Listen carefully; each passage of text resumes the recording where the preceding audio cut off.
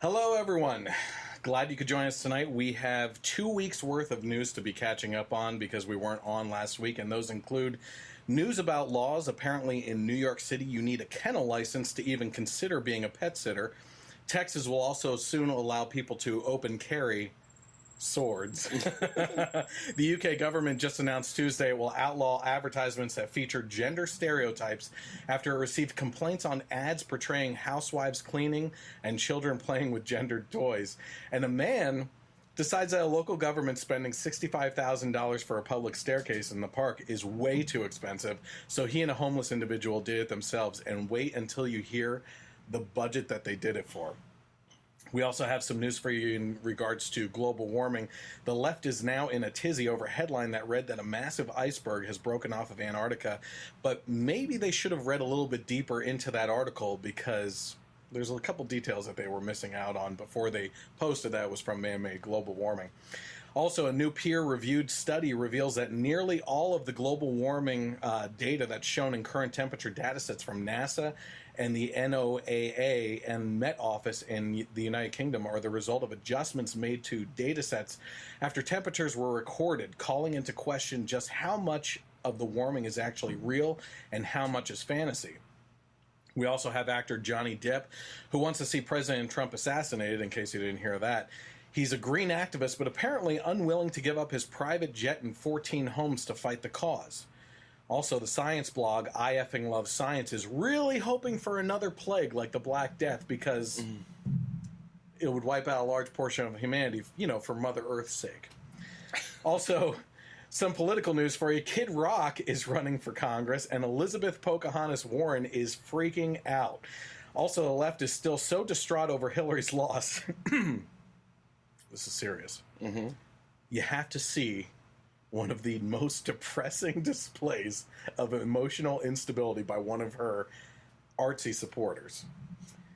In our What the Hell files, gender announcement parties are now offensive, of course. A teen Vogue anal sex guide sparks outrage and critics are called homophobes, of course. A feminist writer publicly shames her sons because they are male, of course. Yeah. And our favorite wannabe scientist to make fun of is back in our files. Bill Nye was nominated for an Emmy for his butt stuff musical number, some of the worst video in history. Unfortunately, we didn't play that in the past for the sake of our viewers, so that they didn't have to sit through it. Well, I'm gonna treat you all tonight to some of the musical number from that. The Emmy-nominated musical number. Exactly, which just goes to show you that you can win any crappy, meaningless award if you push a liberal agenda and allow Hollywood to have a circle patting at the back amongst each other. Also, Charlie Gard, the 11-month-old baby in England, is still in the midst of a battle to save his life from the socialized healthcare system. We have an update on that, and we begin there on the Generation Y Conservative Podcast.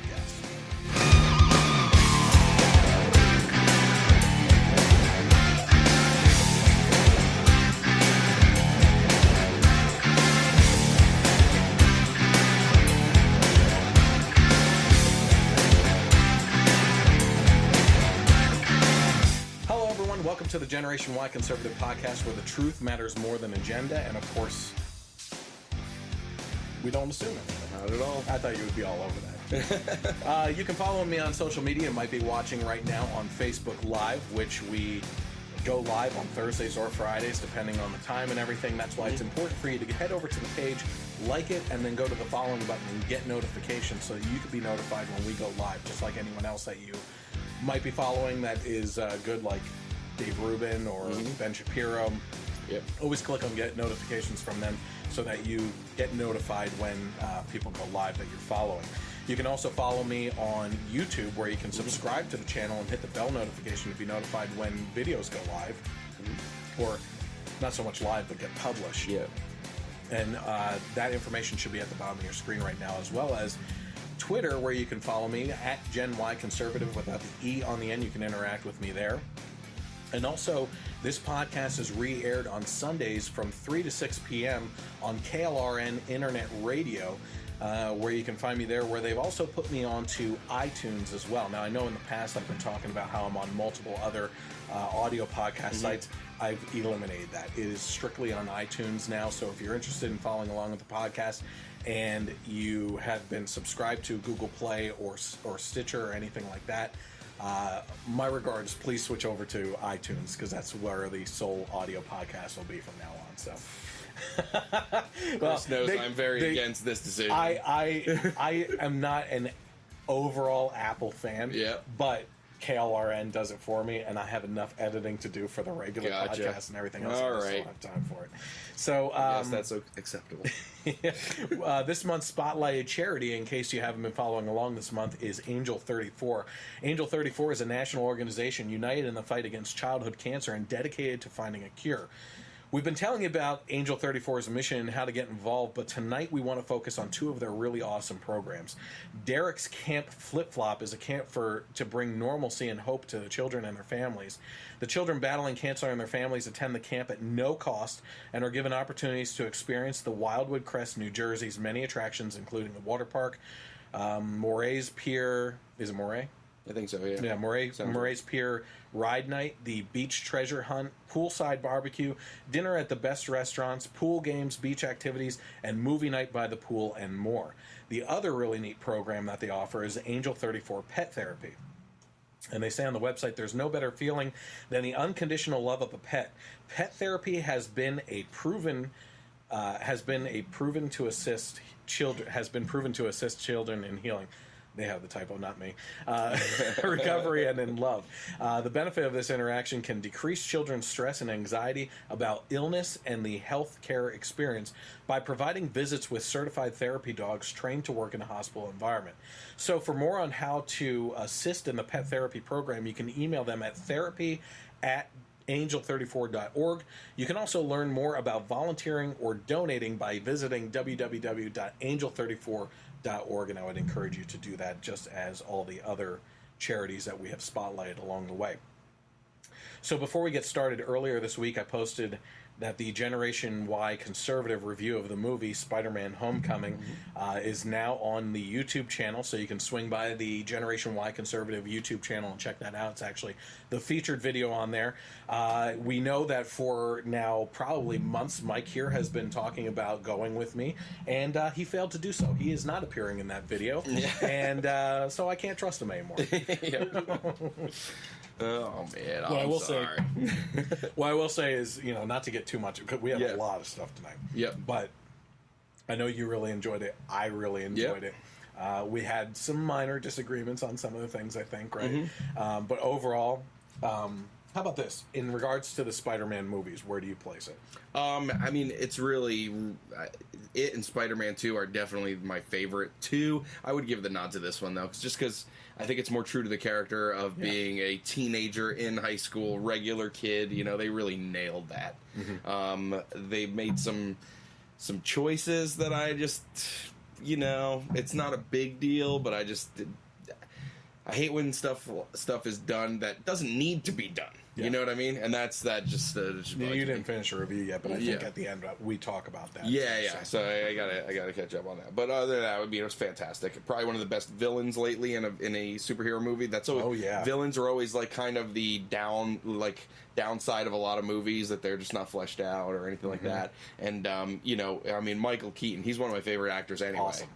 He's one of my favorite actors overall. He's one of my favorite Batmen, and now he's this awesome villain. And the scene with spoilers, careful, because go ahead. Oh yeah, because we're live. I probably shouldn't say anything. Maybe we'll talk about it. But some of the best acting, between him and Tom Holland. The car in scene? the car, yes. Okay. Just the tension building up and everything is fantastic. Oh yeah, I was awesome. I was sweating for the Peter Parker character. Yeah, for sure. Because you get that Beetlejuice face where you just don't know what he's gonna do. Is it? And not to spoil the movie or anything at all, but Michael Keaton, as he's gotten older, his voice has gotten more raspy. Right? Yeah. So he always sounds like Beetlejuice. Yeah. So I just expect him at one point to go to Peter Parker. Come on. You know what I mean? Yep. But it was great. Yeah, absolutely. So check out the Generation Y conservative movie review of Spider-Man. We are currently talking about getting together for Dunkirk. He says he wants to go. We'll see. Yeah. This week, Before we get to the whole Charlie Gard situation, I just want to bring up this. This week, John McCain was diagnosed with a brain tumor after the removal of a blood clot behind his left eye. And as much as we have disagreed with Senator McCain in the past, and I have brought this up and when I had my blog website, I've written about him disagreeing with him. I've talked about him on the podcast disagreeing with him. If I just got done saying this to someone else. I despise Hillary Clinton. Yep. But if something like this was actually going on with her, I would be praying for her. Yep. You know what I mean? No one wants to see people like this go through this. And some of the comments out there from both sides are pretty disgusting right now. I just want to say, personally, my prayers are out to the McCain family. I hope for a speedy recovery. Yep. And all the best to you. Mm-hmm. So let's start off with an update to the Charlie Gard situation. So if you aren't familiar with this case yet, here's a quick breakdown. Charlie Gard is an 11-month-old that was diagnosed with a rare mitochondrial disease that's robbing him of his muscle and brain function. And he's currently on life support in England. The universal socialized healthcare system there has deemed him a lost cause and are fighting the parents to remove him from life support. The parents have raised over $1.7 million. I'm sure that is well over $2 million. Yeah, by now. I haven't seen an update on that yet. To take him out of the country to seek experimental treatments here in the United States. President Trump has expressed his support and willingness to help. As a matter of fact,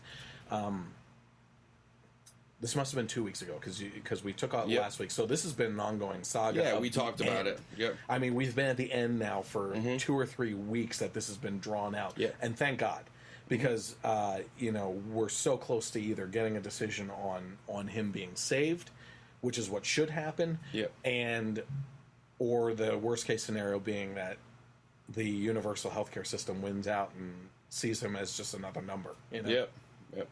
But that being said, President Trump has saved Charlie Gard so far. Mm-hmm. He was supposed to be removed from life support. I believe it was 2 Mondays ago. Yeah, because when we did the podcast, I think it was 2 weeks ago on a Thursday night, you said he was scheduled to be taken off on Friday. Yeah, and we didn't know, because of being in England, if it had happened already or not. So So he was supposed to be removed from life support on a Monday. Mm-hmm. That Sunday before, President Trump tweeted his support. And it started this whole new cycle of the hospital looking into things, the courts over there looking into things. So kudos to our president for at least giving some hope in this situation right now. Mm-hmm. The Pope has also expressed an interest to help and offered Vatican sanctuary citizenship to get treatments at their famous hospital. Doctors and facilities here in the U.S. have also offered to help. And the European Court of Human Rights has said it is in Charlie's best interest to die and has actively blocked the passports of the parents and Charlie. And because of the public outcry, are now asking the American doctors if treatment is feasible, and then they may change their mind. So this is leading up to now. Yeah. This is all the drama that's been leading up to now, and this has been going on for months, but we just started hearing about it within the last month. Mm-hmm. So as of this week, what has happened as of this week as an update, and things could be happening right now. I mean, I might not even be up to date on the latest because things could have been released in the last half hour or so, and I don't know, But today is Friday. The 21st. Mm-hmm. And as of today, as of this week, the court has extended the circumstances allowing Charlie to continue his fight for life while the case is being investigated and the world watches. But it hasn't come without even more drama and craziness. This week, the U.S. Congress took a step towards passing an amendment that is reported could mean Charlie's parents, who have been mired in a battle with the British doctors, could take him to the U.S. without needing their permission. So this would be an amendment where we could get people out of country without the country's permission, without having to go. Like, you could literally go around the blocking of the passport and get them out of there, which would be awesome. Yep. Dr. Hirano, who has claimed an experimental drug could potentially save Charlie, attended Tuesday's meeting with a second international expert who is subject to media reporting restrictions. They were joined at the meeting by the Great Ormond Street team currently caring for Charlie, his mother, and an independent chairman, a hospital spokesman said. On Monday, Dr. Hirano has given full access to Charlie's medical records and hospital and clinical facilities, including diagnostic images, for 4.5 hours. This doctor was allowed to go in there and use the facilities to do his testing to see if this is actually a feasible, it's like a 1% chance that this could help this kid, but what parent wouldn't move heaven and earth to go after a 0.01% for crying out loud? Yeah, absolutely. But get this. Charlie Gard's parents have also been privately expressing their concern after discovering that the lawyer appointed to represent their 11-month-old son in court heads a charity that backs assisted dying. Did you hear about this? No. So Victoria Butler Cole, who speaks on Charlie's behalf in court, is chairman of Compassion in Dying, a sister organization to Dignity in Dying, which campaigns for a change in the law to make assisted dying legal in the UK. Dignity in Dying used to be called the Voluntary Euthanasia Society. So the fight for Charlie Gard to live is still ongoing, and the family is in need of your prayers absolutely right now. It just amazes me that this organization is based on a sister organization to Dignity in Dying, when the European Court of Human Rights said that Charlie should die with dignity. It just crazy. Shows you how close all this stuff is to their mentality over there. And we've discussed it in the past too, that when you have a disregard for life in the womb, it carries over. It's going to eventually carry over in society and go down this path of not having any regard for human life as it is in general. Yeah, it's. I mean, you're basically talking about whether. I mean, giving him a chance to come over. There is still, I guess, a very high chance that he will still pass away, but to his family and everything, he would pass away from the disease, not from socialized medicine. Exactly. As far as I'm concerned, if they don't let him come and they just assume that then his cause of death is socialized medicine. It's not the disease. Him. They are killing him. Yeah, for sure. And when it comes to like this panel of politicians and whoever on this European court of whatever saying it's in his best interest, I'm sorry, but I think the Pope outranks you when it comes to someone's best interests is concerned, like it's ridiculous. So it's, I mean, what got me, and this was after we talked about it too, was when his parents posted a picture of him with his visa ready to go. I was just like, that is just, I mean, just let him go. I mean, that's great that we're working on passing an amendment for them being able to come here without the government's permission. But as far as I'm concerned, unless you're a criminal, you shouldn't need your government's permission if you want to go somewhere. So it's crazy. I think one of the good points I heard was that, we're talking about, usually it's a fight for allowing someone to die, whereas this is fighting just for someone to live. And how can you not be on the side of trying to help someone live? It's just crazy in my mind. We're in a backwards world. No kidding. So speaking of backwards world and babies, it is now considered offensive to have gender reveal parties, according to Diane Stopera, a writer on the website. Stop. Just get the hell out of here. On the website Women's Day, because we can't assume gender. Only anatomy, right? So if you guys aren't familiar with it, what exactly a gender reveal party is, there's a lot of, where they open the box and pink balloons and blue balloons pop out or whatever. I was at a customer's house the other day helping them program a remote, and the news was on, and there was this guy that was it was a gender reveal where the mom was like pitching like this softball to the dad, and when he hit it, it was supposed to like explode with like a blue powder or a pink powder. Okay. It didn't explode, and he just nailed it right back in her face. It was so funny. But then the reporter called him out on it because the first thing he did was he walked over and he picked up the ball, like he didn't go check on his wife. Like, why didn't this break? And she's just like, ah. Oh my god. Now that's offensive because it's a gender reveal and battery against women. Yeah, exactly.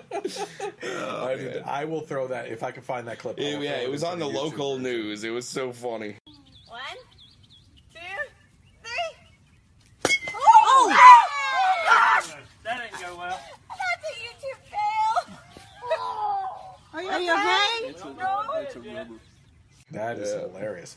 So one of the cooler ones I've seen is the couple sitting with a rifle and shooting down rage and hitting a target, and it explodes in a blue or pink powder down there. Yeah. So these are all things that are happening all over the place. But the article starts with an overview of a gender reveal party game that the writer partook in, and then she wrote, "If you're like me, a woman in her early 30s, your weekends are increasingly planned around these pastel celebrations and their games. And if you're like me, you swallow your feminist pride long enough to eat fetus-shaped cookies, finger paint bibs in gender-normative colors, and support a pregnant friend. I've accepted that. When it comes to the baby industrial complex, there are some things I'm better off embracing, no matter how antiquated or absurd." Who's absurd here? Yeah. Just don't freaking go. Yeah. I mean, if you hate this stuff so much, first of all, you know who's offended? If you're offended, don't go. Yeah. Who's placing you in that position? Yeah. Oh, so the parents are going to be upset that you didn't go? No, they're going to be more upset that you're being a little... Sorry, I was about to say something. You're being a little brat about it. Yeah. You know what I mean? Like, get over yourself. Rolling your eyes in the corner. Give me a break. Yeah. And you know, what drives me nuts about this is, you know, we're supposed to accept everything. Yep. Yeah. But they can't accept anything. Anything. Not at all. Anything. They would have really been offended at mine when Cora was born, because what we did was, it wasn't a party or anything, but we posted on Facebook. I just created a meme with Tracy looking at girl dresses, saying, getting ready for our daughter, and then me looking at guns and her boyfriends. So that's a double whammy, because we're assuming it's a female and she's going to be straight. Yeah. Oh, man, I'm going to hell. Oh, wait.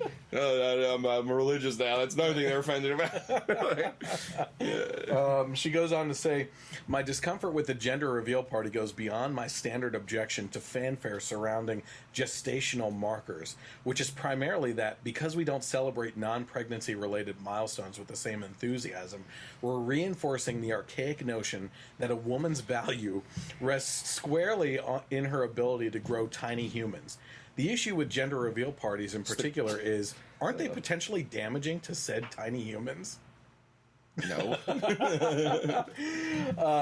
But abortion's fine. Yeah, exactly. That's not damaging to potentially tiny humans. Ripping their legs off and the eyeballs Crushing their falling skull. all You over. could cut your thumb. Yeah. Oh, but assuming that it's going to be straight or a boy or a girl. Oh, we don't want to do that. The precious little babies. We don't want to do that. What if they heard through the tummy? Yeah. Oh, God. At the heart of her argument, she said, "For starters, gender reveal parties don't actually reveal gender. They reveal anatomy. Gender is a wholly different thing and strictly tied to the social constructs around it. Fun fact. Are you ready? Mm-hmm. Blue used to be the color most associated with little girls due to its association with the Virgin Mary. But Hitler... Yes, Hitler feminized the color pink by forcing gays to wear triangles in that shade during World War II. A gender reveal conflates the two." There you go, guys. She got her Hitler reference in there. She was able to tie that Hitler name to gender reveal parties. Yeah. A round of applause for the feminazi. Yeah, they always find a way. So, projecting gender perceptions onto a fetus becomes especially thorny when you take into consideration that globally, 1 in every 1,000 to 1,500 children is born with a visible form of difference of sex development. Okay, so wait a second here. That statistic jumps from 1,000 to 1,500 just like that. Yeah, I mean, right. You know, if 1 in 1,000 is 0.1% and 1 in 1,500 is 0.067%, that's a big difference in a jump, okay? Yeah. And especially when you consider the spread just jumped by a multiple of 1.5 times. Yeah. You know what I mean? But what isn't a big difference in this? The fact that these numbers don't affect a subset of a percentage of a microcosm of society in regards to the large-scale look. So get over yourself, Diane. Yeah. Diane later quotes someone, I can't assume it was a man or a woman either way, because who knows by the time I actually read this out loud what they're saying, who says, "It's important to be aware how much we project onto children, especially in terms of gender, because it can be so rigid, so harmful." Let's just say for a second that she is right and it's harmful to children, okay? We're talking about children still in the womb. That's what a gender reveal party actually is, right? These are children that are yet to be born. If your argument is applied, it's insinuating that the thing inside the woman's belly is a child, in which case you just argued against the pro-choice argument about it just being a lump of cells. So congratulations. In making your argument, you just made a counter-argument to your other argument about being pro-choice. Yeah. So Diane ends the article with, we'd be better off showing the little girls in attendance that changing the world is every bit as much a female prerogative as bedazzling onesies, and that step one is celebrating who, not what, a child would be. Which I can only assume means that if Diane has children, we can celebrate that they will most likely be forcibly feminized males or pain-in-the-ass females like their mother. Anything else on that before we move on? Thank God that these kind of people weren't around in the late 30s, early 40s when we needed the greatest generation the most. No kidding. Turning them into a bunch of pansies, we would have lost World War II. I said that in one podcast that we did. Thank God. Which is, if we ever had another situation where we needed our generation to step up for a global war where you actually needed to grow a set, male or female, and put your mettle to the test, most of our generation right now wouldn't be able to do it. No. They'd be curled up in a ball and screaming that they just won a participation trophy for showing up on the battlefield. Yeah. I mean, it's ridiculous. Oh, man. Diane. Just don't go to the parties. No one, as a matter of fact, I am sure if your friends knew that you felt this way, they don't even want you there. No. My word. Yeah. You're taking the joy out of that family's experience of revealing something to the rest of their friends and family. That, do you know how happy people are with that stuff? Oh, yeah. It's like the highlight of, it's one of the biggest highlights of the pregnancy is finding out. Yeah. Right. Yeah, if you choose to find out, which Exactly. we did for both. But again, what drives me nuts about this is the left expects the right to accept everything and no matter what, and adapt to pronouns and do this and do that and do this. But man, if we just want to do our own thing, who knows? I'm sure that tons of people having gender reveal parties aren't Republican or whatever, you know. But if there's something that offends them a little bit, oh man, you need to change. You got it's wrong. It's sickening. It really. Oh, we'll continue with some feminist stuff right now. So speaking of mentally unstable feminists, a feminist writer publicly shamed her sons by calling them prospective rapists. Not that they've done anything wrong, and as a matter of fact, she praises her sons for being good boys, but she calls them prospective rapists just because they're men. Yeah. So according to the Daily Wire last week, writing in Roll Reboot, writer Jodi Allard, mother of two, yet again relentlessly shamed her sons for their biology, and then topped herself by explaining that they are, like every other man, not safe. Well, I'm not going to claim to be safe when I'm doing a podcast like this here. Allard has a habit of shaming her two sons, one of whom she says is suicidal. I wonder why. Yeah, no kidding. For simply disagreeing with her, or worse, for simply being male. Allard first asserts that while her sons are good boys, they aren't safe boys, before bragging about a semi-viral essay she wrote for the Washington Post in which she shames her sons for their role in feminist constructed rape culture for merely having penises. In case you didn't know what they have. Allard said, my essay went semi-viral, and for the first time my sons encountered my words about them on their friends' phones, their teachers' computers, and even overheard them discussed by strangers on a crowded metro bus. It was one thing to agree to be written about in relative obscurity, and quite another thing to have my words intrude on their daily lives. Well, yeah, I mean, no wonder they're upset. You know what I mean? Yeah. And they go on to say, I've read an updated article on this, that they did give permission for all this stuff.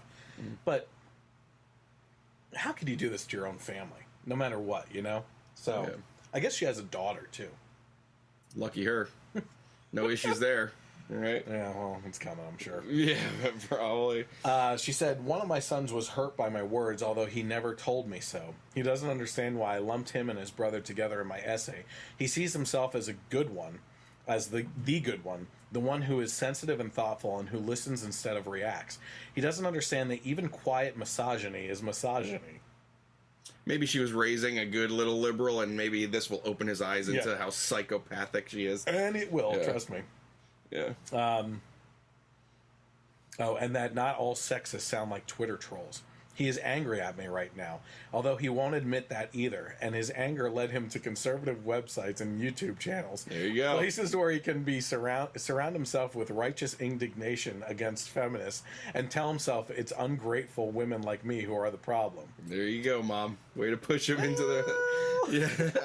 Yeah. You're if you can recognize the problem yourself, I mean, come on, you might be onto something there. Hopefully he's stumbled upon a few Milo YouTube videos talking about So you feminists. haven't heard the update on this? No. It gets better. Oh, okay. Ben Shapiro highlighted this whole thing, and when he read that her son was looking at conservative websites, he offered him an internship. Oh. And his resume is sitting on his desk right now, and they're reaching out to him. So the kid actually sent the resume. That is fantastic. That is fantastic. And this is what we're hoping will happen with the younger generation. That you know, because the left is getting so out there. They're getting so out there and unreasonable and just crazy that younger people who aren't in the whole bubble as they're coming up, they will be able to see this is freaking nuts. Yeah. You know? If her own son is being pushed, into Ben Shapiro's open arms, that just fingers crossed that the wave just keeps on rolling. I know. It's a great outcome for this. Yeah. That's awesome. In a moment of seeming clarity, she writes, as a single mother, I sometimes wonder whether the real problem is that my sons have no role models for the type of men I hope they become. Again, she's stumbles onto something truthful. Yeah. But she immediately follows that with, but when I look around at the men I know, I'm not sure a male partner would fill that hole.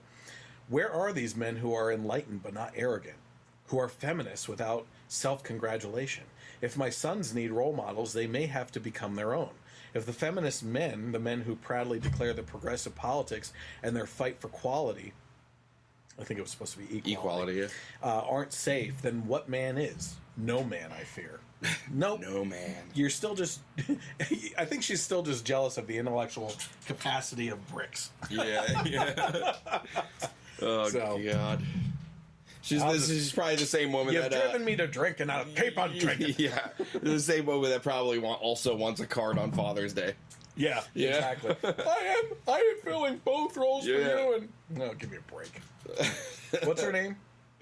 Who cares? Her sons are prospective rapists. Jody? But Jody's a certified nutbag. Yes. As a little side dish for you, she also wrote, but if it's impossible for a white person to grow up without adopting racist ideas, simply because of the environment in which they live, how can I expect men not to subconsciously absorb at least some degree of sexism? White people aren't safe, and men aren't safe, no matter how much I'd like to assure myself that these things aren't true. So if you're a white male, please do not go anywhere near this crazy zoo and feed this animal because it may attack. Yeah. Jody. God. Jody, you and what's her name? Diane need to get together and disappear. Not even collaborate, just sit and stew. Away. You guys partner up if that's what you really want. Like raise the kids that way or something. But I mean, you're so far off the mark on everything. You have created an environment in which you are thriving in your feminism, and no one cares. Yeah, no one cares because it's not as bad as you're making it out to seem, and these molehills that you're making into mountains are just that, and it's transparent. Everybody sees it. No one cares about the crap that you care about. It's so beyond wanting equality. You know, I'm all for equality, you know? but there's I think it was Milo that has said in the past where there's so many women, the large percentage of women agree that they should have equal rights and everything to men, but such a small percentage identify as feminists. Because just the label feminist just means you're so off the rails. Yeah. You know, it's just, you know. And there used to be a good label of feminism. Oh, yeah. Where it actually fought for equality. Yeah, but this not new manly. feminism is not equality. They want to be superior. Yeah, and, You know, and shaming. Yeah, shaming men.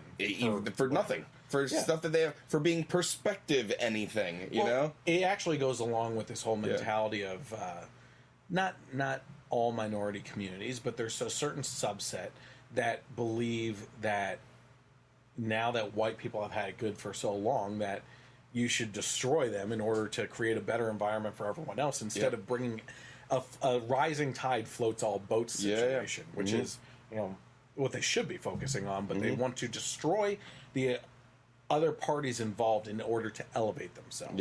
Which is a whole feeds into the whole class warfare mentality too of the liberal mindset. Yeah. It even reminds me of the Wonder Woman review we did, and the fact that one of the things I liked about it was that it definitely had a very feministic theme, but it wasn't by pushing men down. Right. They elevated men and then elevated her to the point where they were at an equal level, even though they weren't really equal. She was above them as far as capability and everything like that. But you know, when you push someone else down to make yourself seem better, that doesn't make you great. No. It makes you kind of crappy. Yeah, you know, really crappy, you know? actually. So while we're on the topic of parents and their children, Teen Vogue recently published a guide to anal sex for teenagers that has parents a little bit outraged. So Teen Vogue's website runs a story titled Anal Sex, What You Need to Know, which spells out to its young audience everything you need to know about butt stuff. Butt stuff. Ooh, synergy. Butt stuff. It's actually our next topic as well. Spoiler alert. Yeah. Elizabeth Johnson, who runs a Christian blog, The Activist Mommy, she's been in a lot of stuff actually lately, filmed herself ripping up a copy of the mag and throwing it into a bonfire. They are teaching children 11 through 17 how to be safely sodomized, she raged. Her video has been viewed more than 50,000 times, which is probably more than the article itself has been read, while the magazine's digital editor said they had been inundated with angry emails. Wonder why. But Teen Vogue staff have defended the decision to publish the guide, which they said ran as part of a series of articles promoting safe sexual health. And they said that criticism of the piece is based on... what could it possibly be based on? You know, you're being... I'm just blanking on the word. Well, if you're arguing with a liberal, well, you know, facts be damned. What are you immediately? Oh, you're a bigot. Okay, number one. Good job. Yeah. Or racist. Okay, but this has anal sex involved. So what else would you be? You're God. You're a homophobe. Oh yeah. Yeah. And, you know, they didn't jump to blaming Bush on this one or anything, but that would have been the next step, you know? Yeah.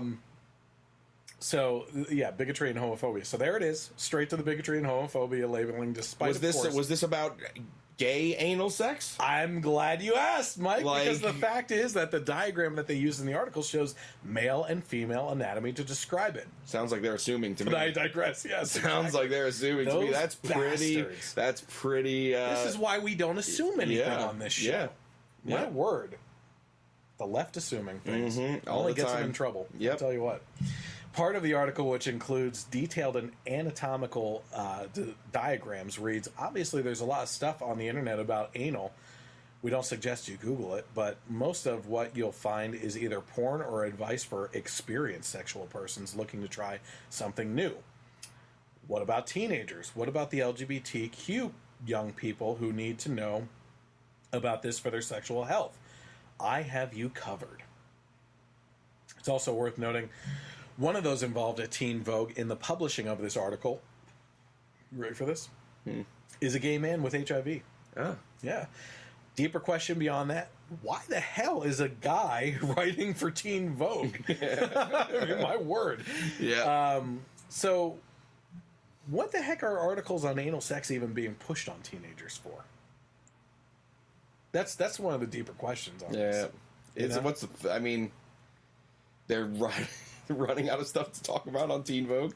I mean, No, I think it's agenda driven. yeah, I agree. I mean, it's just, I don't even know, like, kids that even read magazines like this at all. Anyway, Well, like, it was on the website too. Oh, okay. I guess a lot of people were. Yeah. But here's my thing. I go back to this, and Bill Clinton, when he was in the White House, it was his lie about not having sex because it was oral sex, which, come on, he was doing her too. Yeah. You know what I mean? As well as others, and there were sexual assault victims as well. Yeah. I mean, the guy can't keep it in his freaking pants. Yep. Little Bill. But the fact that you have a president who labeled oral sex as not sex has seen a manifestation over generations now, to where people are like, well, if you want to stay safe and not get involved in intercourse with someone, just do oral or anal sex, because that's not really sex. I mean, that's this mentality that's been fed off of this one guy's lie, who was a major influence on the country. Yeah, yeah. It's totally just based on you can't get you won't get pregnant that way. Yeah. You know, as a kid. So. Of course, there is something to take into consideration with this article. The Center for Disease Control, using that silly science stuff that people always tout, says that anal sex, this is a quote, anal sex is the riskiest sexual behavior for getting and transmitting HIV for men and women. They also said that anal sex may also expose individuals to other sexually transmitted diseases or other infections. Mm-hmm. So there you have it. I mean,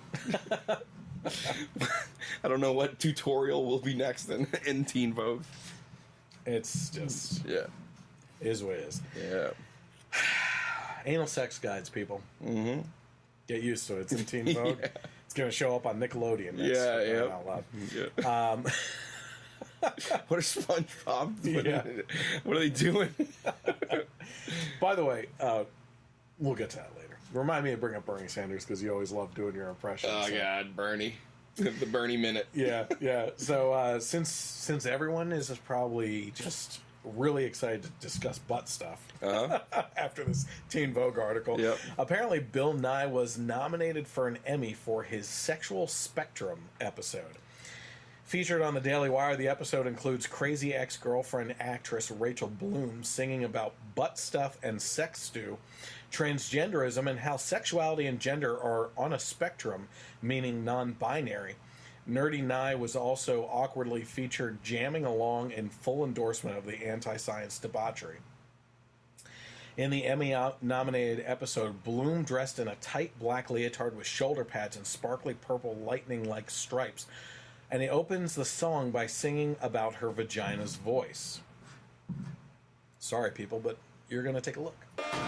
This world of ours is full of choice, but must I choose between only John or Joyce? All my options only hard or moist. My vagina has its own voice, not vocal cords or metaphorical voice. Sometimes I do a voice for my vagina. Please don't tell me I'm the only one who does that. 'Cause my sex junk is so much more than either Oh, God. Emmy performance right there. Emmy nominated. The writing is so great. So my vagina has its own voice. No, not vocal cords, a metaphorical voice. Sometimes I do a voice for my vagina, she sings.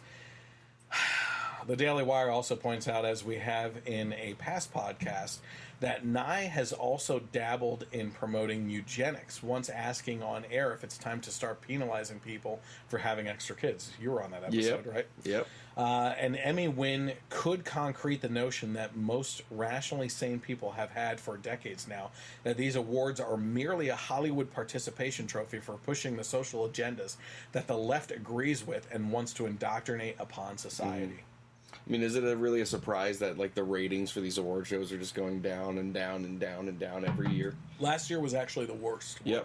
Yeah. For the Emmys, specifically. Yep. And you sent along a video to me about Steven Crowder discussing this specifically. It's pretty great. I mean, he covered it. And not just this, but, I mean, just it's always nominating liberally driven shows that have specific agendas. Gender-specific agendas. Yep. Transparent.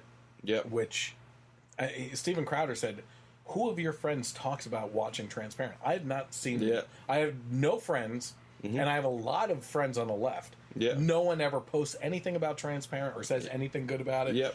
And I think that's a good point. Another good point that he brought up. He didn't really dive into depth about it. But he was saying that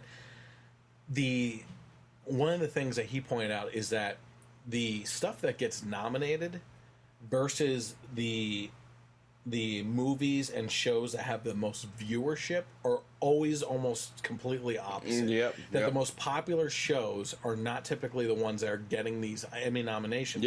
And that just goes to show you that this panel of people that's deciding on what gets an Emmy nomination is completely agenda driven. And then when you watch the actual show, I mean, it's just actor after actor just up there talking. I mean, awards, acceptance speeches where they should be thanking their family and whoever, and they're just talking about their own specific, issues that they want to drive. It was last year that. I know you like the show too, Stranger Things. Right? And that guy that plays the sheriff or whatever gets up on stage and just starts railing against Trump. Ranting. And the best was, did you see Winona Ryder's face the whole time? She was just like... like she was on drugs or something. It was so funny. But yeah, they take this opportunity to jump up on a soapbox with a national audience of not that many, to be honest with you. And, I don't know if I ever saw that kind of behavior at Country Music Awards against like Obama or anything. No. If it did happen and I laughed at it, I feel bad because you should step into the other shoes, as they say. You know what I mean? Because it's pathetic. A world leader is a world leader. And I've said time and time again too, it just drives me nuts that these people don't realize that they are alienating potential 50% of their fans. Oh, look at us and Stranger Things. I mean, that's one of the best. That show's amazing. Yes. Now when I watch season 2 and he comes on, I gotta be like, oh, this idiot. It's taking me out of. Now I'm not thinking about the character. I'm thinking about the actor. You're not engrossed in the storyline. You're thinking, well, this freaking douchebag. You know what I mean? So hope he dies this episode. Monster eats him. Of course they won't, because he's a hero among the left. Maybe that's what he was going for, just not to get killed off. Yeah, probably. In 2016, we all went through a pretty emotional election. For some, it was a little more emotional than others, as Bunny Burson, an artist, can attest to, as she erected a window display snow globe-like art exhibit that projected her anguish of Hillary's loss. Have you seen this?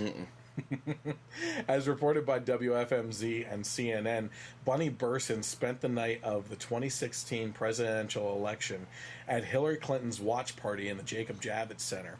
She stared up at the center's glass ceiling with her husband and 2 daughters until 2 a.m., waiting for confetti to rain down on the country's first female president and her supporters.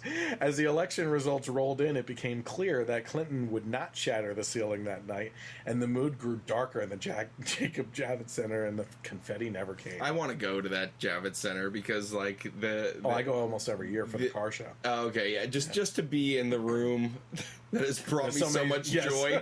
Like, just want to be like, this is my mecca. Oh yeah, with all the crying, like, videos of people. I think there's still some liberal tears around here. Like, this is great. Scoop them up. It's like unicorns. Those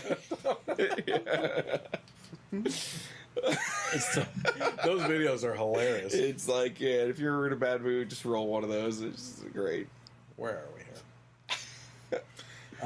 She goes, Hillary Clinton has been a beacon for me, really, as a woman. Such a low standard. She told CNN. That's substandard. That's really where I thought this was going, to be the election of all elections to inspire women.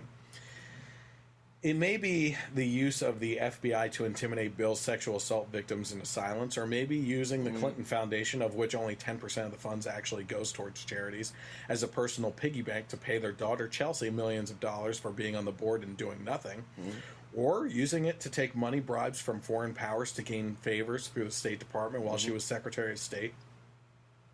probably all I have to say, right? Nope.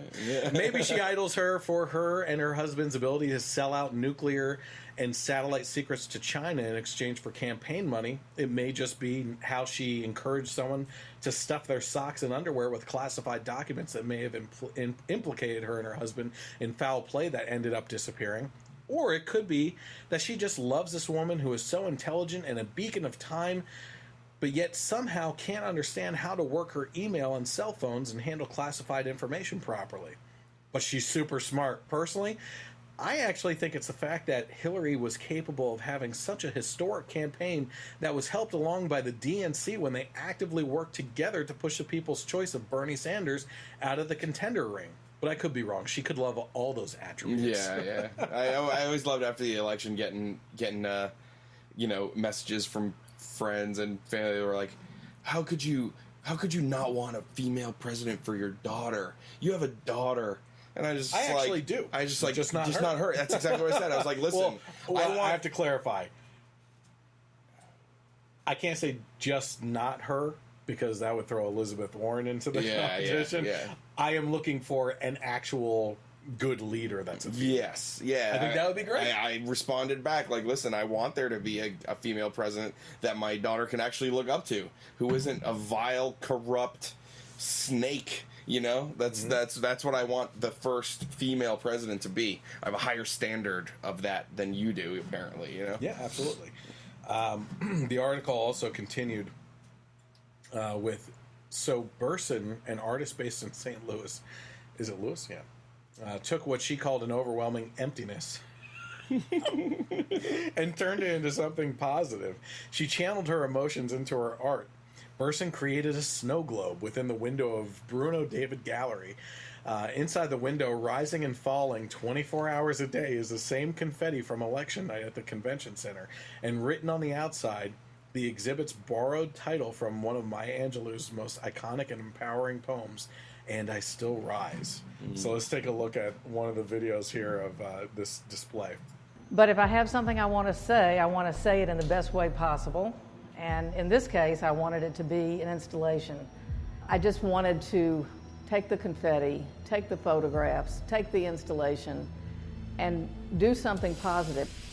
And I really think that we have a movement, and I think we have a voice, and I think people are going to stay engaged. And this installation and my work in the future is going to be my voice in all of this. Someone's clinging on a little bit too tight here. Whatever helps you, lady. Whatever helps you. And Still I Rise was chosen as an inspirational title from a focus group of young women, the group that Burson wanted to be motivated by her art. I wanted women and little girls to just don't feel defeated by this. Keep going. Keep fighting. With the rest of the 200 pounds that isn't in the main snow globe, she plans on creating a series of miniature versions of the exhibit. Smaller And I Still Rise globes with the same confetti inside that will be sold inside. Do you know? The Javits Center? No. Planned Parenthood. Oh. Yeah, and all the proceeds will go back to the organization. So wait a second here. Another question I just have to ask. She wants to inspire little girls, and that's wanted little girls, because let's make this clear, she obviously doesn't care about the aborted baby girls. Yeah. Those girls. Forget those girls. Yeah, who cares about them? Yeah. The article ends with, I never dreamed it was going to be this exciting and exhilarating, she said. I want that flame to stay alive among women. And to be clear, that flame is metaphorical, not the physical burning sensation that Hillary's husband leaves between the legs of his side hoes and sexual abuse victims. Oh, man. And now we know that Planned Parenthood can go on continuing to claim that they don't use any federal funds for abortions. Yeah. They'll use these proceeds for abortions. Yeah, exactly. Thanks very much. While many are hoping that Dwayne "The Rock" Johnson will eventually run for presidency someday, I kind of do, actually. Me too, yeah. In the meantime, Michigan has another rock that is campaigning to be senator. Kid Rock, that is. My name is Kid.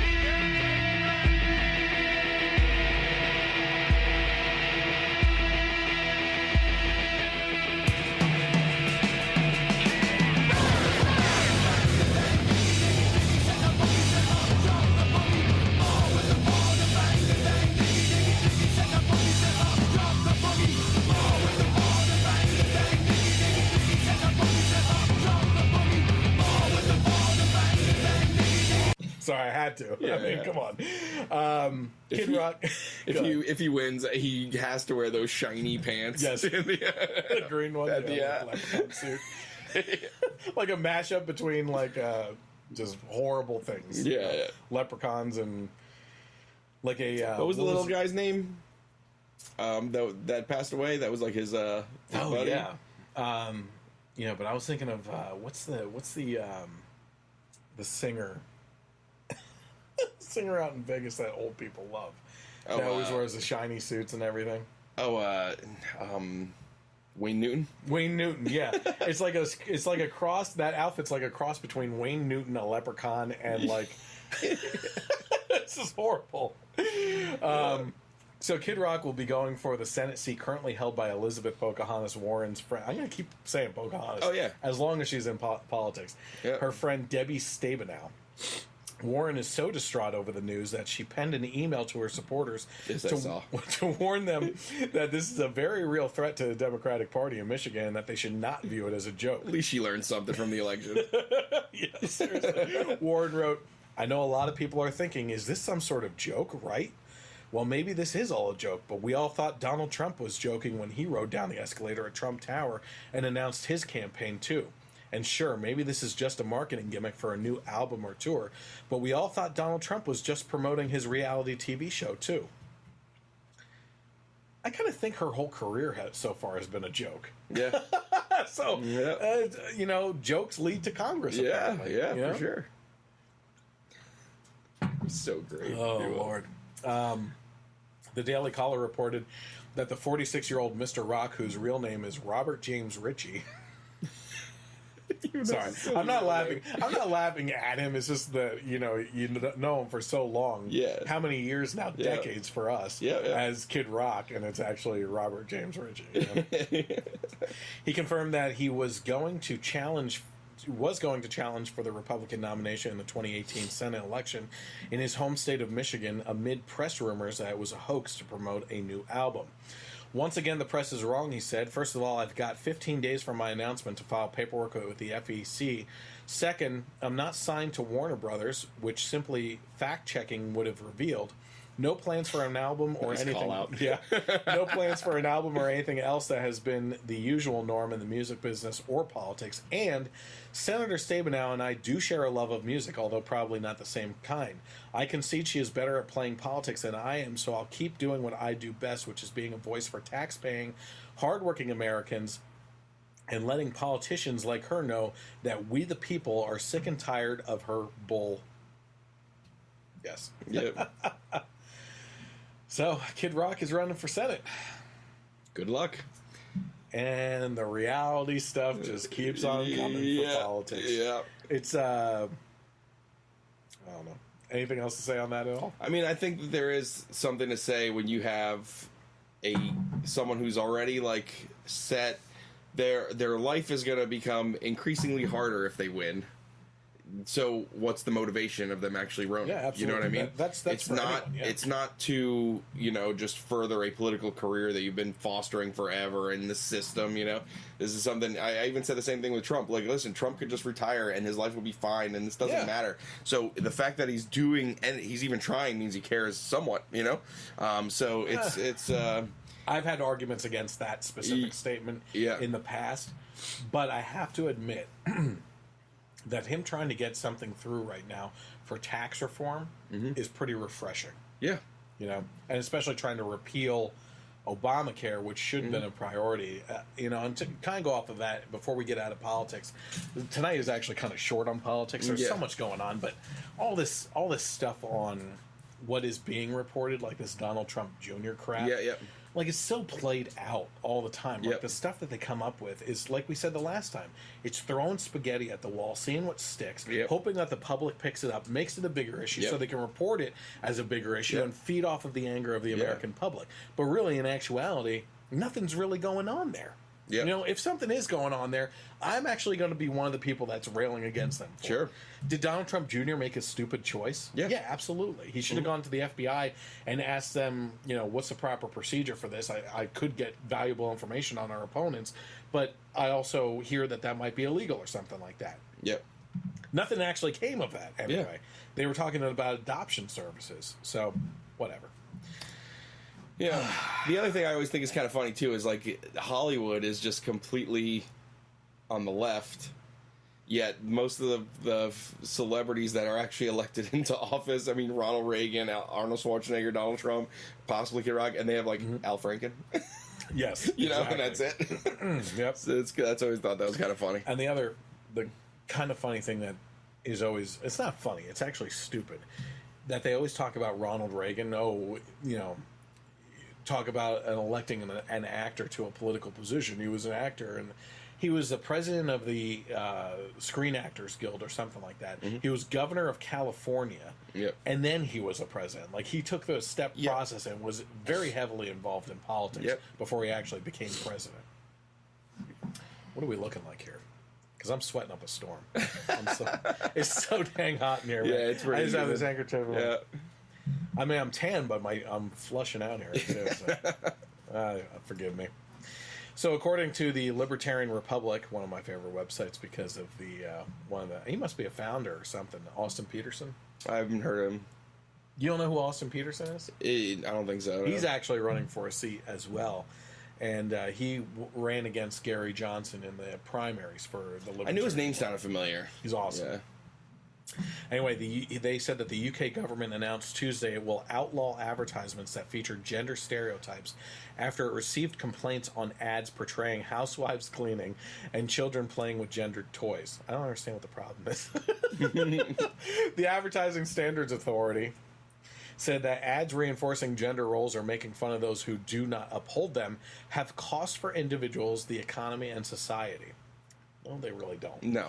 Portrayals which reinforce outdated and stereotypical views on gender roles in society can play their part in driving unfair outcomes for people. See, that's the difference between the left and the right. We believe in equality at the finish line, or at the starting line, not at the finish line. Yeah. You know? Said Guy Parker, no, he didn't say what I just said, but this last statement, the ASA's chief executive to the BBC. While advertising is only one of many factors that contribute to unequal gender outcomes, tougher advertising standards can play an important role in tackling inequalities and improving outcomes for individuals, the economy, and the society as a whole. That's what they're shooting for, is this equality in outcome, and it's unrealistic. That's fantasy. Yeah, that's a great. I've never heard that saying before. Equality at the starting line, not the finish line. That's fantastic. You know. Yeah. It's just like everyone should be able to start at the same point, and then whoever works harder will end up with more. Yes. You know, not one person works super hard, the other one doesn't, but then you end up everybody divvying everything out. It's not how it should be. No. It's really hard not to swear on the show. I'm just going to say that. I might just start letting them rip, and you just beep me out. And then you add more work for me to do. Which is kind of fun. I always love when there's a good beep thrown in there. Like, I had some choice words for Diane. An advertisement depicting two male babies growing up to be mountain climbers and engineers while a female baby became a ballerina received public criticism for containing gender stereotypes. But the ASA told BBC that it would not launch a formal investigation into the ad. Similarly, the ASA acknowledged it received complaints concerning a KFC ad in which a man with anxiety is mocked, but chose not to take action. So, that's what they're upset about. KFC ad. But here's the best part. This is one of my favorite parts. The article ends with, a 2015 Beachbody Ready ad from Protein World sparked the agency's review. And then in quotation mark, or in parentheses, it says, it could, you know how some articles will always lead to other like related articles and everything. It says related. Feminists start campaign against Beachbody advertisements. Well, of course, feminists are outraged at Beachbody ad campaigns. These are typically less desirable women who are outraged at the lack of attention that they get and then end up pushing men and women alike away from them because of their toxic personalities and constant bickering and complaining about unfairness. Get over it, you gender Nazis. Oh my God. It's ridiculous. Listen, if Beachbody doesn't want to feature models with blue armpit hair, then they don't have to. Okay? It's their choice.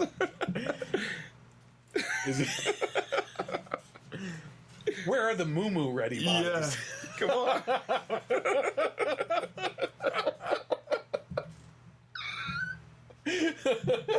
Oh, God.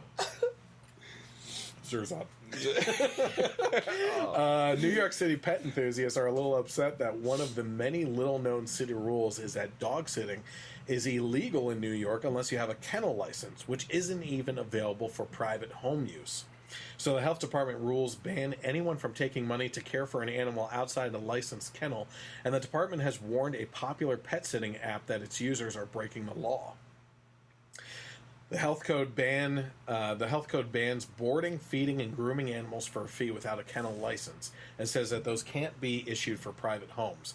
The health department general counsel Thomas Merrill sent a letter last October to dogvacay.com, which has since been bought by Rover, Red Rover, roll over, warning that its users were breaking the law and asking the company to require sitters to confirm that they have a license before joining up.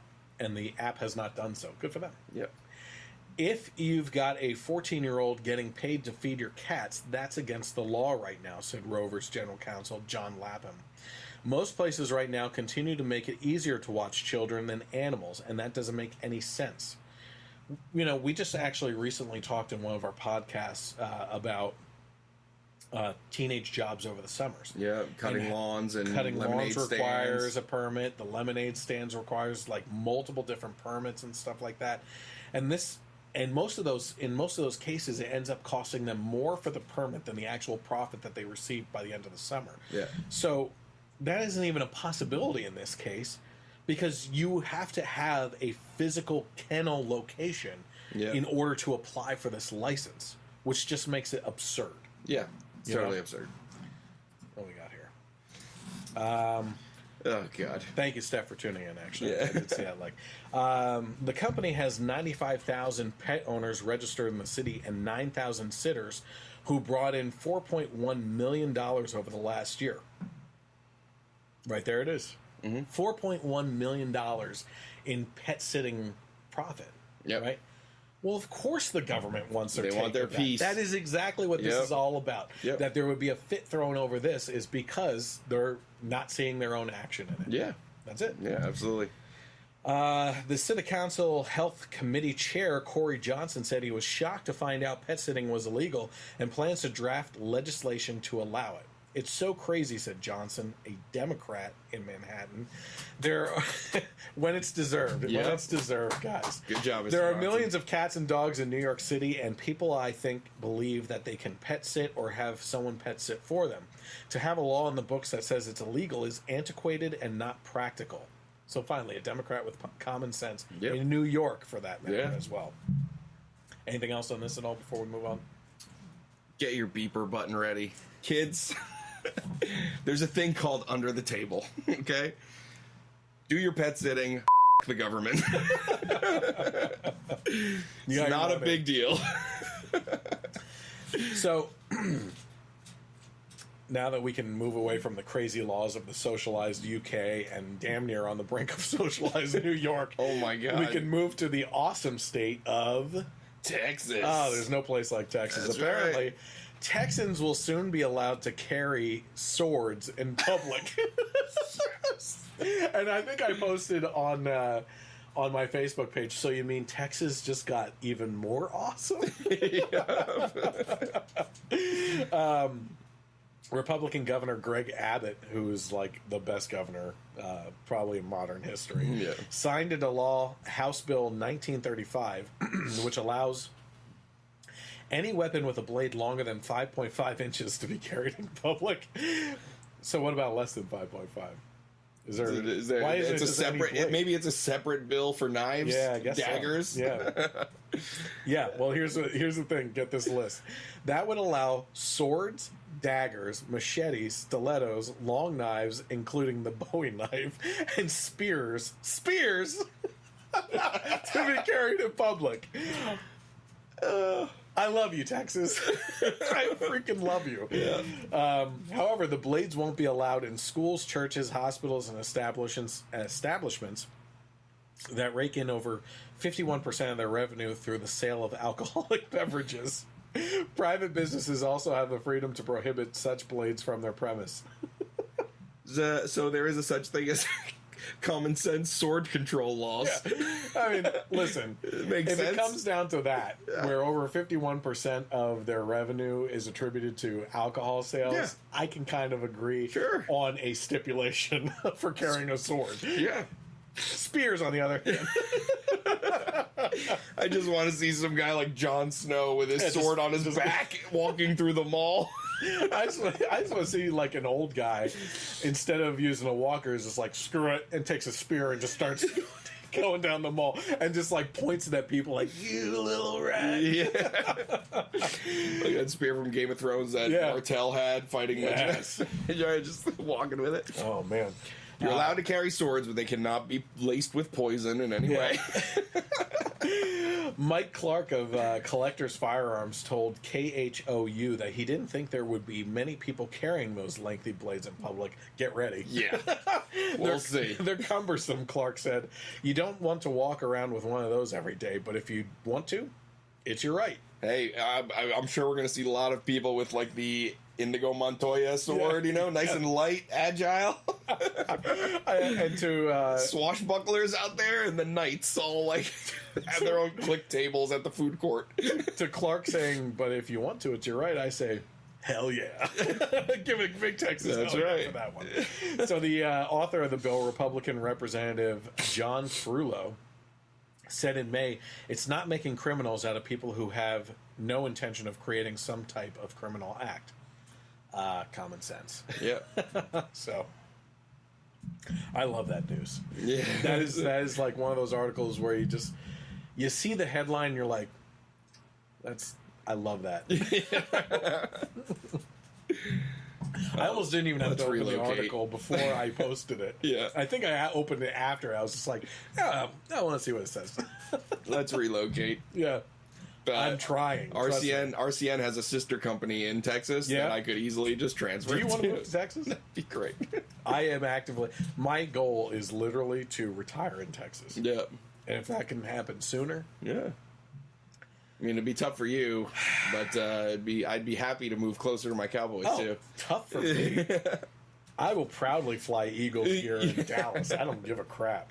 Well, now you know how I feel since high school.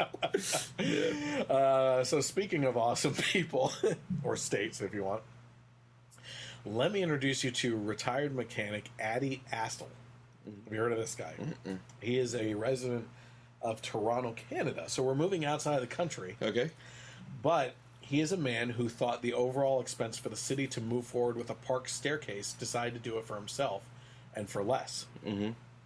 So he said he took it upon himself to build the stairs after several neighbors fell down the steep path to a community garden in Tom Riley Park in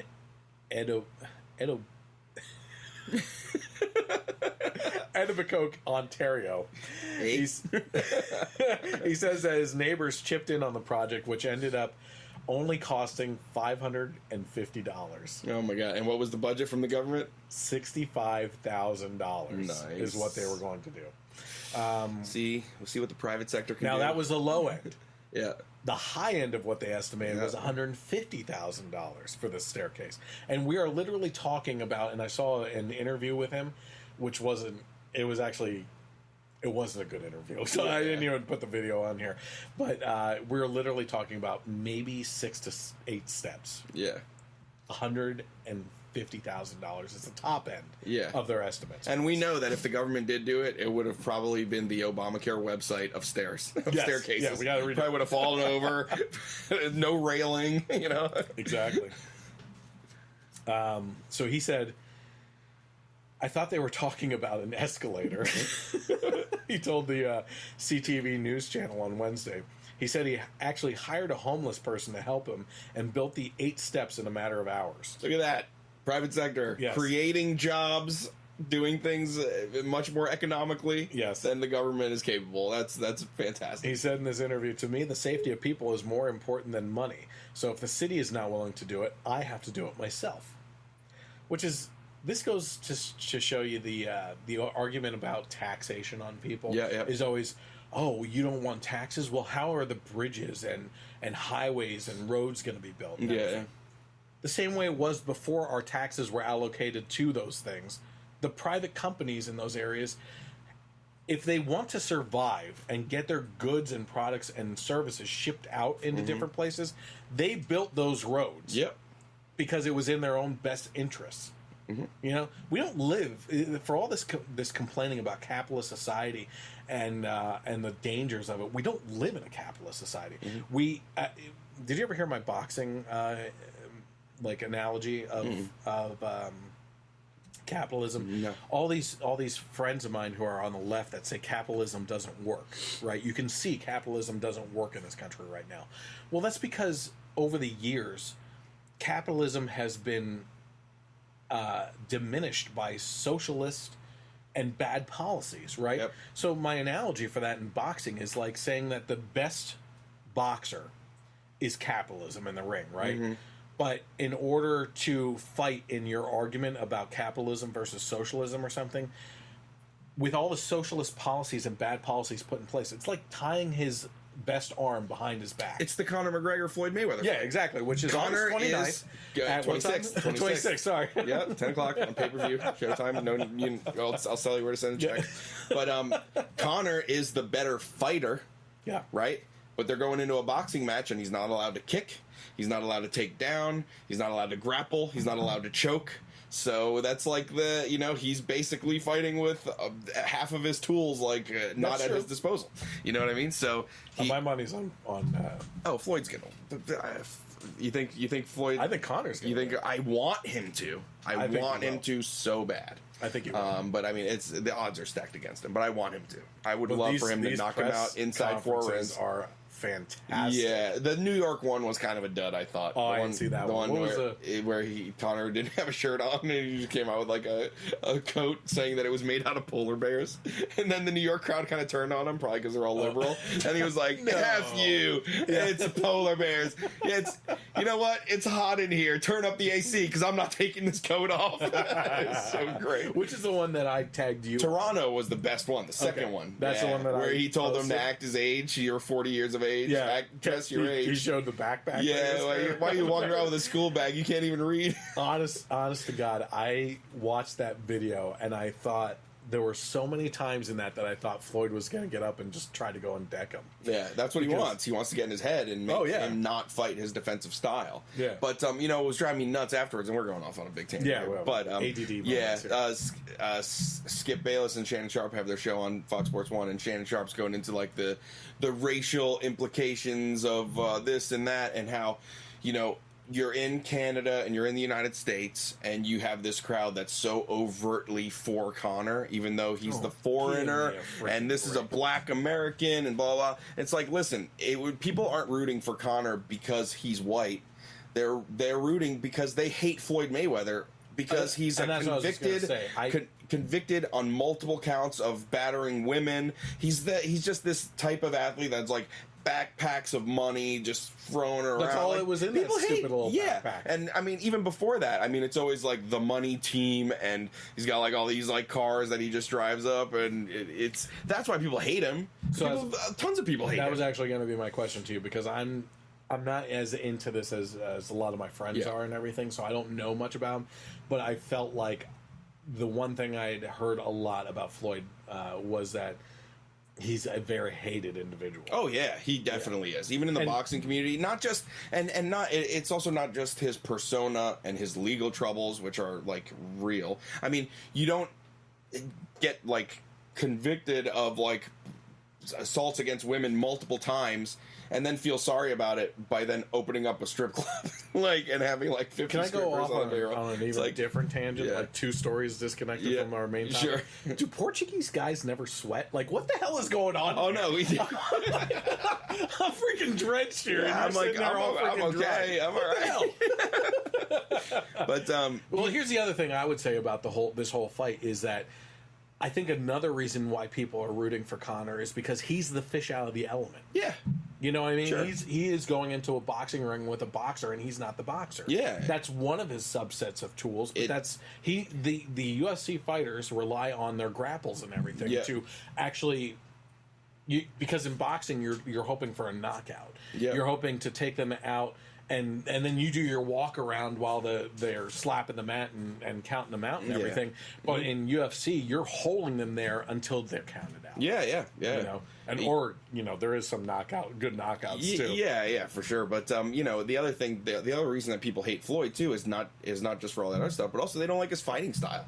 He's a defensive fighter. He hasn't knocked anyone out since like 2009. Is he a dodger? He's a dodger. He dances around, and it was great when Conor was calling him out of that. He's like, "You're the worst boxer. You're like, all you do is dance. All you do is run. That's all you do." You know. and the best part of the press conference was actually when Floyd Sr., his dad, like confronted Conor after the first one. Wait, is this in the video I shared with you? No. This is different. Okay, so I need to look it up after the press conference, they actually did a real press conference where they both sat at a table and answered questions from the media. Yeah. And Floyd Sr. kind of got in there and just went back and forth with Conor, and Conor was like so funny with him. He's like, "Listen, Floyd, you take care of your son. Just know that it's your fault. It's your fault. You guys got greedy. He could have retired rich, but now when I knock him out, this is going to be your fault." And then he's like, "Listen, all I say is speak my name with respect. Because if you don't..." Floyd? No. Conor said this to Floyd Sr. "You speak my name with respect, because if you don't, I might just have to slap an elbow off his forehead." It's so great. Word. He's joking around with him like, "Listen, I might not follow the boxing rules if you guys are disrespectful. I might kick his head off." So it's going to be great. I'm on my third one. Yeah. I'm really hoping Conor wins. That would be amazing. I do too. Yeah. Okay, so we're talking about a staircase in Toronto. Yeah.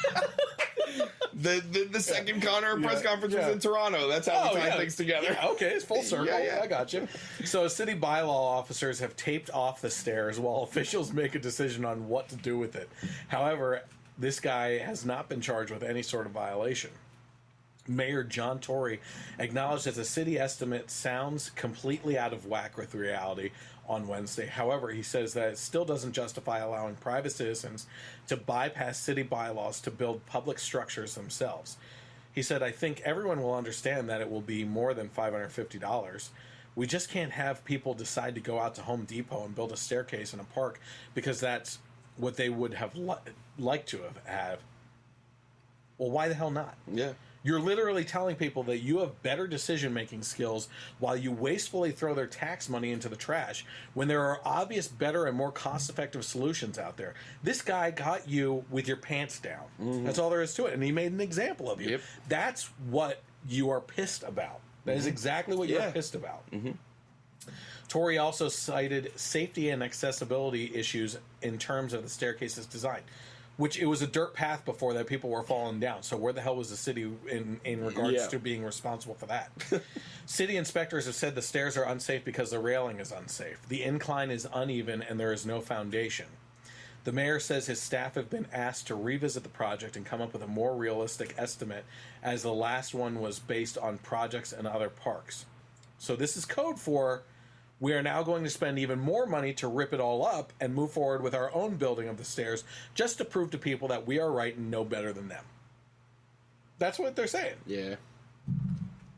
I don't have words for this. I mean, it's... Of course you don't. You got me on a tangent off about boxing.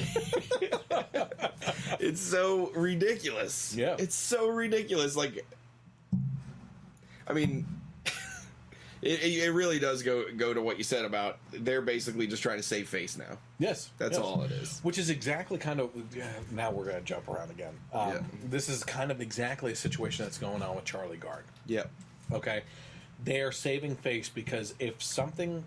Let's say a miracle happens, which is completely possible. Yep. Okay?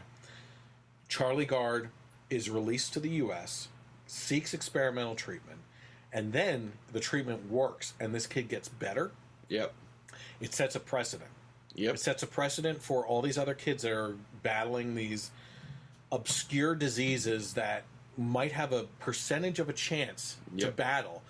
Then at that point, if they have the ability to get out and go somewhere else, it sets a bad example on the universal healthcare system in Europe and how they handle things. Yep. And that they are, in fact, wrong in a lot of cases if they're proven wrong by a different healthcare system. Yep. So one of the reasons why they're actively pushing for him to be pulled off of life support is to save their own face. And that's pretty freaking disgusting. Yes, it is. Yep. It doesn't get much more vile than that. No, it doesn't. Yeah. Oh, there we go. We're actually getting to the main topics for tonight. Okay. So, our main topic tonight revolves around some interesting things coming out about global warming. From The Blaze, a new peer-reviewed study titled "On the Validity of NOAA, NASA, and Hadley CRU Global Average Surface Temperature Data and the Validity of EPA's CO2 Endangerment Finding." That's a hell of a title. Right. By scientists and a statistician, claims to reveal that nearly all of the warming shown in current temperature datasets from NASA, the National Oceanic and Atmospheric Administration, and the Emmy, the Met Office in the United Kingdom, are the result of adjustments made to the datasets after temperatures were recorded, calling into question just how much warming is real and how much is pure fantasy. They said that the objective of research was to test the hypothesis that global average surface temperature data produced by the NOAA, NASA, and Hadley are sufficiently credible estimates of global average temperatures such that they can be relied upon for climate modeling and policy analysis purposes, said the authors. They said that many people misunderstand how global temperature is actually calculated. The authors of the study note that GAST data is not simply the raw temperature recordings. Rather, the data, please listen to this because it's very important, is adjusted after it is recorded to account for various problems such as contamination by urbanization. Because many temperature recordings come from urban areas where numerous factors affect temperature readings, they need to be adjusted to more accurately reflect the true temperature. So, have you ever heard of this temperature shed study that was done a couple years ago? I want to say almost a decade ago now, actually. One of the ways that they get surface temperature readouts is back in, I believe it was the 70s, they set up these temperature sheds all over the world, okay? And they had to be under very strict guidelines for obvious reasons, okay? It was it had to be so many feet from an urban area and macadam and blacktop and anything electrical that would give off heat, okay? It had to be like so many meters away from that. The shed itself had to be painted a very specific color so that all readouts would be the same across these temperature sheds, okay? Yeah. And there's various other things that go into this. So this one guy took it upon himself to do a study and find out what these temperature sheds look like since they were installed in the 70s. And what he did was he put together this whole PDF report that I read through about a decade ago now, which is why I am anti-global warming, that I don't believe it's actually happening like it is. And this is what this is pointing to. Yep. He went around to these temperature sheds. Number one, he found multiple ones painted darker or lighter, like they didn't care what paint was being used. So you're no dummy. Darker objects absorb more heat from the sun. Lighter objects reflect more heat from the sun. So there were temperature sheds that were painted literally white when they were supposed to be wood colored. Not like bare wood color, like a I don't want to say walnut, but maybe like what's lighter than walnut? Cedar is pretty light. Yeah, I was going to say cedar. So, like, that kind of color. So, it was consistent temperature readouts between these sheds. And instead, he's finding these all over the place, right? On top of that, he found urbanized areas built up around these sheds. Like, literally now surrounded by blacktop. Where the heat is just bouncing off and absorbing in that area, right? So, these readouts are completely thrown off in regards to what they're reading out and everything now. And that's exactly what they're actually saying right here. They said that the conclusive findings of this research are that the three gas data sets are not a valid representation of reality.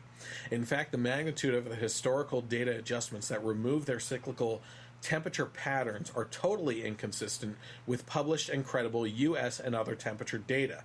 Thus, it is impossible to conclude from the 3 published gas data sets that recent years have been the warmest ever, despite current claims of record-setting warming. Mm-hmm. Now, who the hell am I to be saying this while I'm sweating up like a goddamn storm? Global warming's not real, people. It's not real. Oh my god.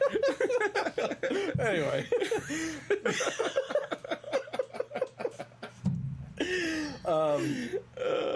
I'm trying just to focus on reading for crying out loud.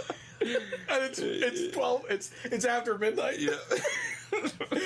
Nearly all of the warming they are now showing are in the adjustments. Meteorologist Joe D'Aleo, who co-authored the study, said to the Daily Caller News Foundation, each data set pushed down the 1940s warming and pushed up the current warming. So what they're saying is the original data from the 1940s, they decreased the temperature adjustment, and then the recent ones, they increased just the to make temperature the gap adjustment. seem so much bigger. And that's exactly what they're saying. Look how fast it's going up. Yep. Oh my god. So he said you would think that when you make adjustments, you'd sometimes get warming and sometimes get cooling. That's almost never happened in what they have found. Pretty crazy. Yep. Pretty interesting. Yeah, it's not surprising. Not surprising at all. Yeah. Because it's all about agenda instead of the truth. Yeah. But that's none of my business. Yeah.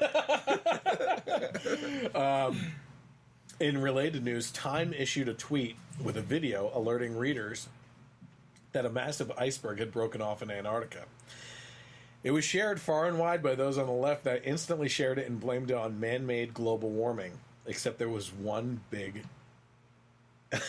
glaring problem. I also said the A word.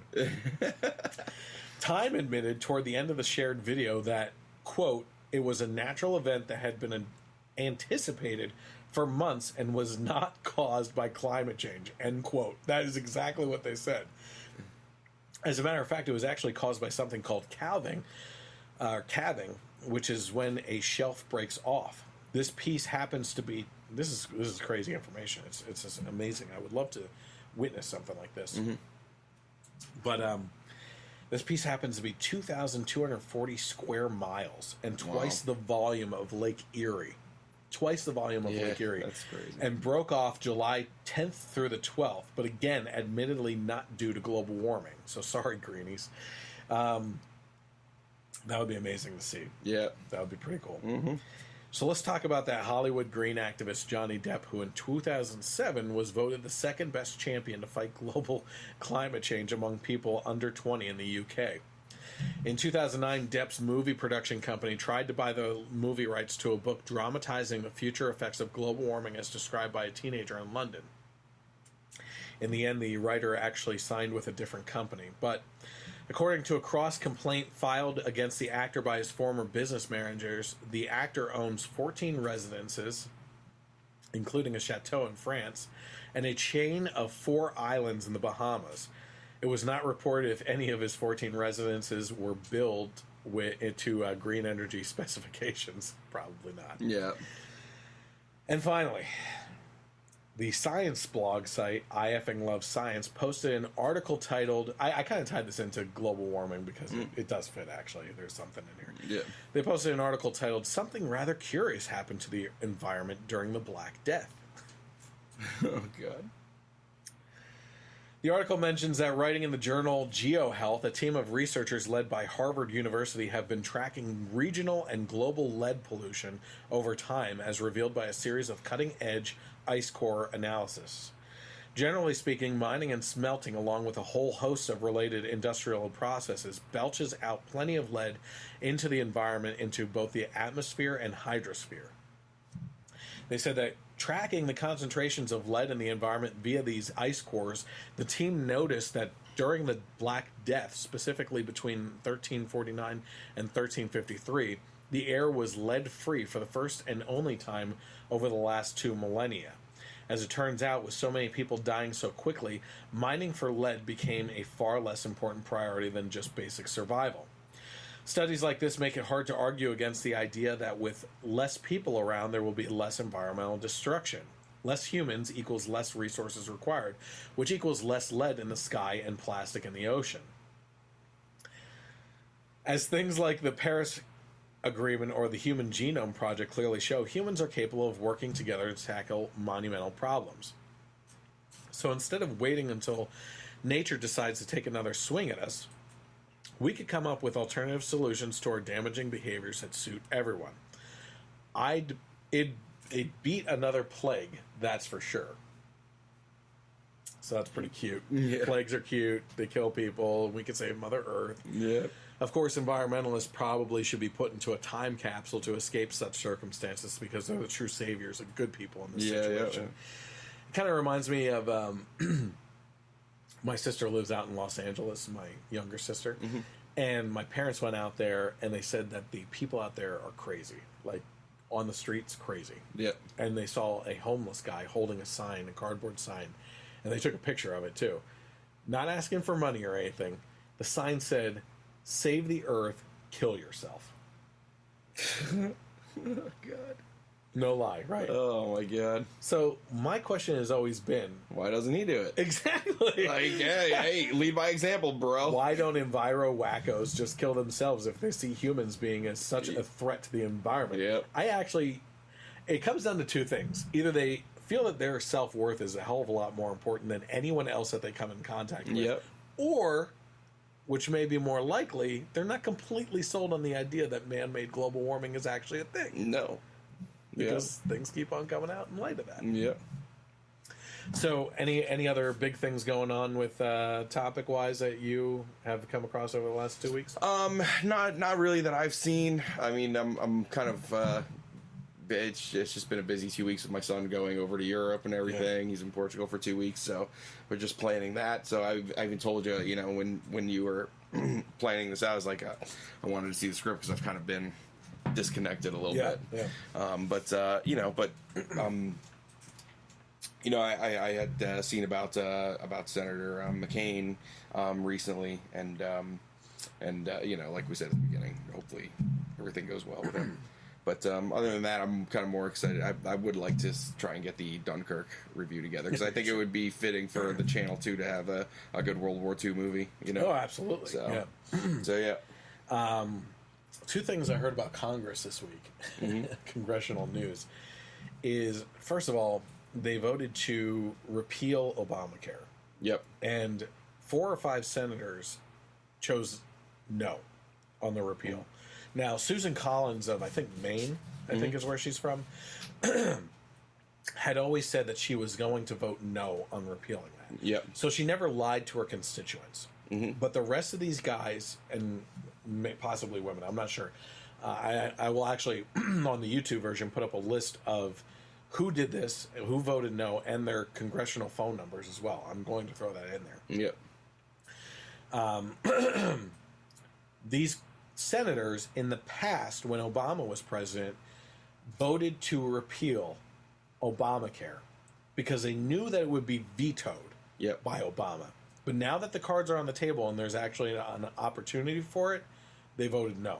Oh, yeah, I see what you mean. So they're trying to save face, you know. Well, it's not even so much that. It's the fact that they lied to their constituents and ran on a promise of repealing Obamacare. Yeah. And, you know, a couple of programs I listened to were saying that these are people that literally asked for volunteers, for people to spend their time and money on their campaigns, and took donations based upon big promises of doing things like repealing Obamacare. And they have shown their true cards. So when I bring up this list of people and their congressional phone numbers, first of all, give a call to their offices and let them know how you really feel about it. And if you're a liberal watching and you want Obamacare, call them too. I don't really care what you do. You should always be involved. But here's the thing. These people, as representatives of the right, need to be known, classified, and highlighted so that we vote them the hell out of office the next go round. That's all there is to it. Yep, makes sense. The other article that was brought to my attention today was actually, I was at a client's house who's an old Marine, right, that I'm helping out. And he was saying that there's a Muslim congresswoman in the country who is now in trouble because she brought her husband over from one of these countries, right? And it turns out this isn't just her husband, it's her brother. Oh. And that she married him to get him U.S. citizenship. Oh. So I don't know who this woman is. I haven't really looked into that yet, look but into I it thought more. that was pretty interesting, too. Yeah.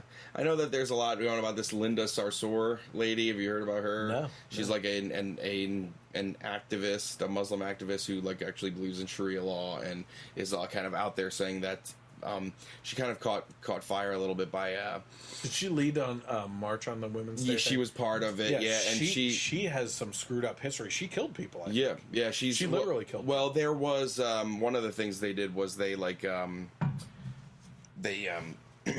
on the Women's March Twitter feed, celebrating the birthday of this lady who, like, back in, like, I don't know when, she actually killed a cop and then got convicted, and then she went to Cuba. They actually, like, broke her out, and she's been in Cuba for, like, years, and they're, like, celebrating her birthday and stuff like that. And she also said that, their resistance to the White House and to the white supremacists in the White House is their own form of jihad, So she's basically saying, like, that jihad is not just terrorism, it's also protest, and it's like, okay, so she's just kind of off the rails too. The other thing I saw this week, actually, is kind of coming back to me now a little bit, was Milo put up a video on his YouTube channel highlighting that Barnes & Noble isn't carrying his book. So, like, he sent people in. Really? He sent this lady in. I mean, she's like, lady was like, big fake boobs, tattoos all over the place. She's like, I want the new Milo Yiannopoulos book. Do you guys have it? And they're like, no. And they blurred out the girl's face that works at Barnes & Noble, but Because she's probably they don't know. I mean, they're just employees, but she's looking up at the computer, and apparently they have like a whole ton of them at the warehouse, but they're not being shipped to the stores. Whoa. And she's like, we don't know why, blah, blah. And she's like, yeah, it's a New York Times bestseller. Like, don't you guys carry New York Times bestsellers? So this is just kind of showing also the censorship, This is akin to burning books. Yeah, burning I mean, books, you're just not allowing it. The purpose of burning books is to not allow the public to read them. Well, what is the same? It's the same thing as withholding. Yep. So That's crazy. Talk about an apt title to his book and his publishing company, Dangerous Books, and Dangerous is his name. It's like, that's what he's being treated as. So, and I think he knew that would happen, so they're kind of showing that, that is side crazy. of things.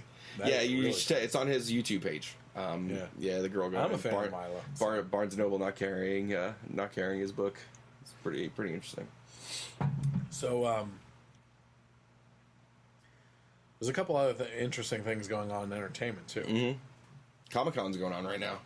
See the new? They just watched it before I came over. A 5-minute trailer to the new season of Walking Dead.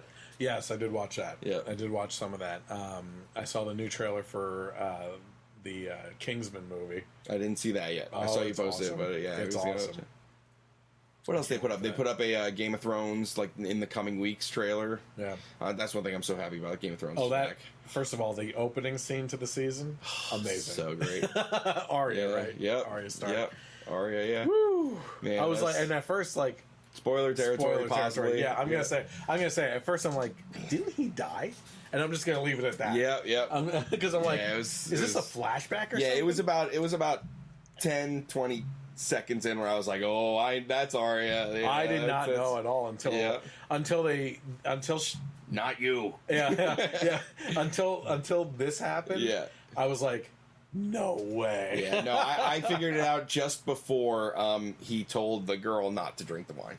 Oh, okay. Yeah, then I was like, I think I know what's going on. I thought he was just protecting his toes. But no, it was great. I mean, I'm a huge fan of Game of Thrones. I've listened to all the audiobooks when I'm driving around in my car all day long for work. And one of those audiobooks is like 40 hours, and there are 5 of them, and I got through them all, mostly while driving and cutting grass. So I was so happy that it was back, and it's great. Now, with there being just 7 episodes this season and 6 next season, it really is the home stretch of stuff's really going to start happening. Like, people are going to start to come together. Did you hear something about possibly next season? I think they are talking about the next season being feature-length film time-wise episodes, like Oh, that would 2-hour be great. episodes. That would be great, because then basically that would make it like 12 episodes normally, because I've heard that they were just cutting it down to 13 all total. So hope that would be awesome. Yeah, that's one of the things I heard. So good. The dragons come on screens. It's amazing. Yeah. So that's it for tonight, everyone. Thank you for my guest, Mike, again, as always. Thank you all for tuning in. I always appreciate it. Head to the social media to follow, like, subscribe, comment, and share the Generation Y Conservative with like-minded, common-sense individuals that like humor, facts, and politics. On both sides of the aisle. Yep. And our It stopped until the very end. We have this cricket in here who was completely quiet the whole time. The whole time he was going nuts before we started. Just as we were about to countdown. start, we thought, "Oh my gosh, this guy is going to be screwing us over the whole podcast," and he just starts chirping now. Yep. But listen, again, just as a kind of callback on what you can do. You can follow me, the Generation Y Conservative, on Facebook by searching for the Generation Y Conservative. Hit the like button and then go to follow and get notifications.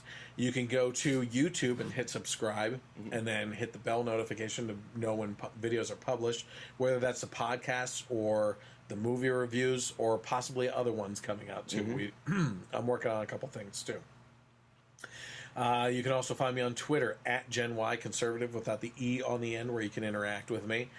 And then on Sundays, this podcast is re-aired on the internet radio station KLRN Internet Radio from 3 to 6 p.m. And they have also put me onto iTunes, where you can find the audio podcast and subscribe to that as well. All the information on the Facebook and YouTube and Twitter is right along the bottom of your screen right now if you're watching the Facebook Live version. So I encourage you to do that. And one of the things I'm really pushing right now is to share with friends and get more followers and subscribers and everything else, because we want to access some more tools on the YouTube channel specifically that open up once you hit a certain amount. So it would be really helpful for that as well. Yeah, he agrees. Yeah, absolutely. It's a certain chirp level. So in the meantime, have a great night and God bless America.